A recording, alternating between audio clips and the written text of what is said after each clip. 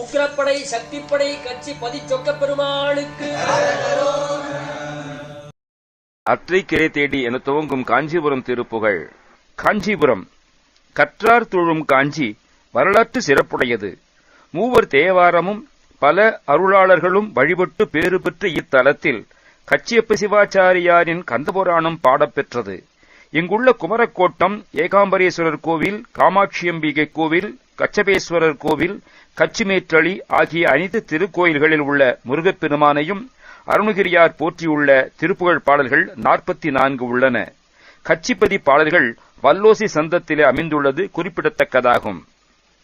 அற்றை கிரை தேடி அன்றன்று வேண்டிய உணவைத் தேடி அத்தத்திலும் ஆசை பற்றி பொருளிலும் ஆசை கொண்டு தவியாத பற்றிப் பெறுவேனோ, தவியாத பற்றை பற்றுக்கோடு ஒன்றை பெறுவேனோ?